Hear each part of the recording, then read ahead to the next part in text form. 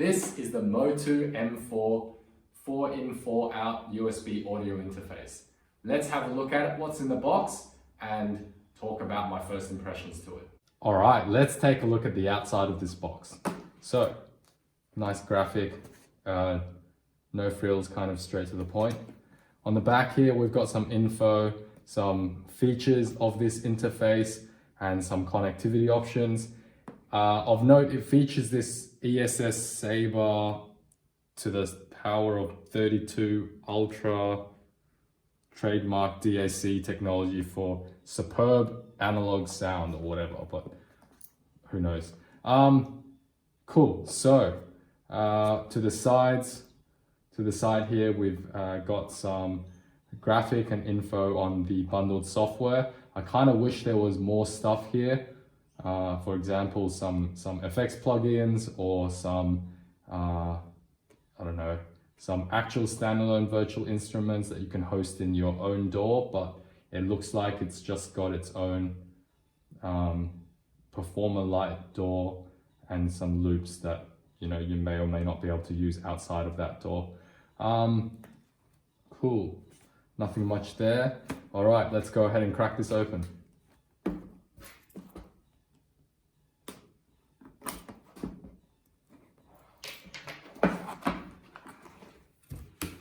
Okay. Nice written information with a flowchart there. I appreciate that. Okay. All right, here it is. I also appreciate that it's been wrapped up in this foam material. That's quite handy. All right. Here's the interface itself. We'll put that to a side and have a look at what else is in the box. Some more foam. USB cable, instruction manual.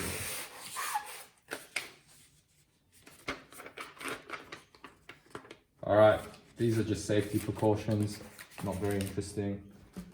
Okay, so this cable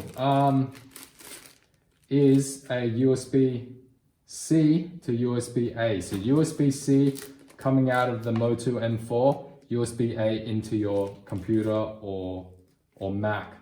Find this a little bit weird. I don't know why it wouldn't be a USB-C to USB-C, but I'm also aware of the fact that this interface is a USB 2 device, not a USB-C or USB 3. So even though you might use a USB-C to USB-C cable, you're still running it at USB 2.0 bandwidth and speeds and etc.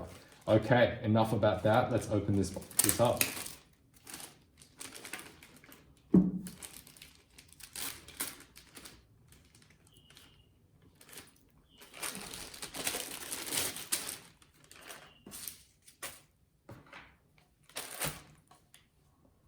Let's just get that out of the way. All right, here we have it. Motu M4. Wow. Feels really, really solid. All metal chassis. This sort of feels like plastic, but I could be wrong. It's got a very smooth matte finish. One thing I noticed right off the bat is its rubber feet have been screwed on. It looks like it's not your standard Phillips head screw, it's some kind of 6-point screw. That's a thoughtful feature. These rubber feet won't be falling off anytime soon. So I like that. Yeah, it feels pretty solid. Has the famed LCD screen here with a stuck-on plastic protector, quite nice.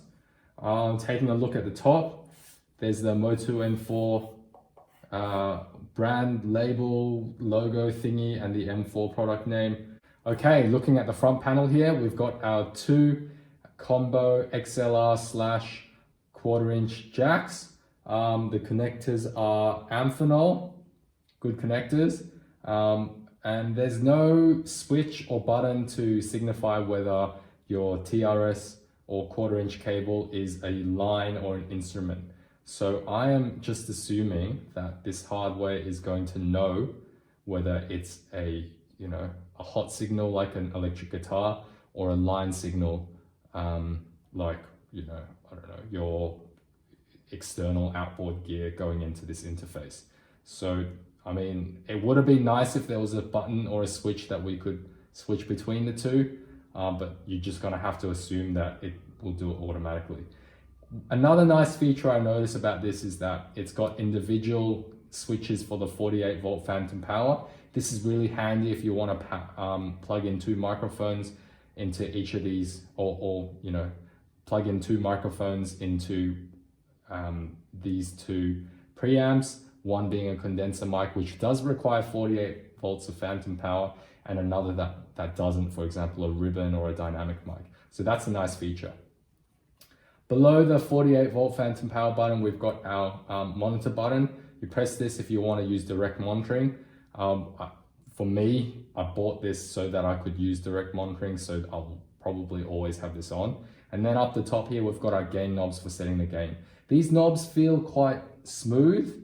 They're easy enough to turn, but you also know that they're going to stay in place once you set a level, so that's good to know as well. Buttons are hard buttons to press. They're not the soft press ones, but again, you know, it feels like it's going to do its job, and it feels like it's sturdy enough. Knobs are all good.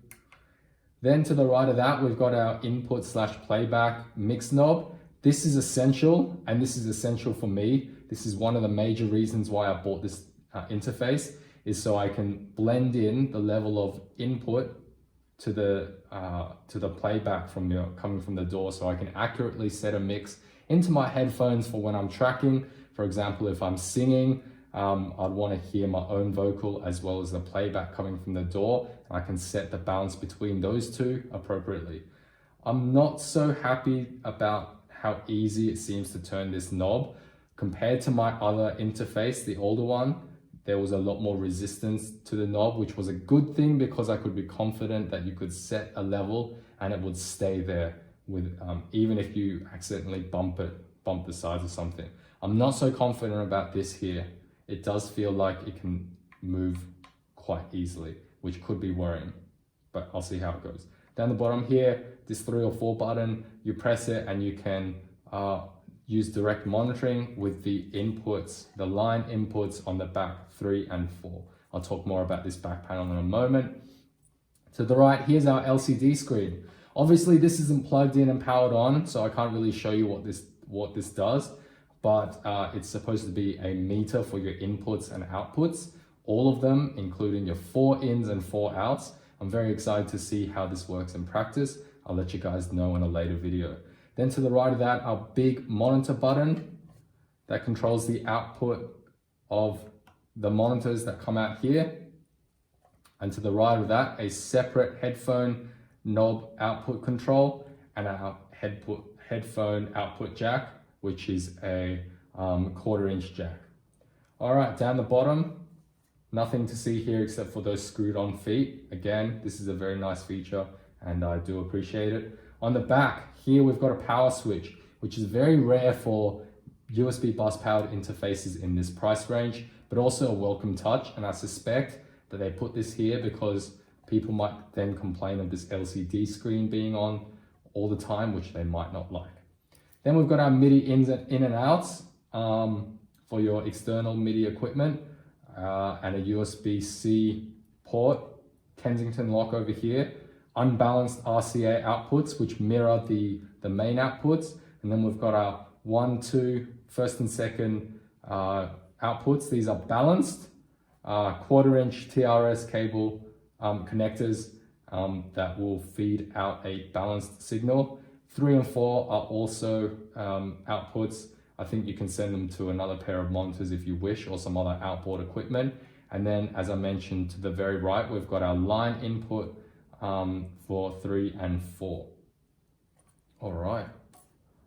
I think that's pretty much it. Overall, first impressions, I have to say that the build quality is quite sturdy. It has some really, really handy features that I'm really excited to try out. For example, this LCD screen for metering, and the screwed on rubber feet, as well as extended input output options and the power switch. However, I'm not quite sure about the lack of resistance on these knobs.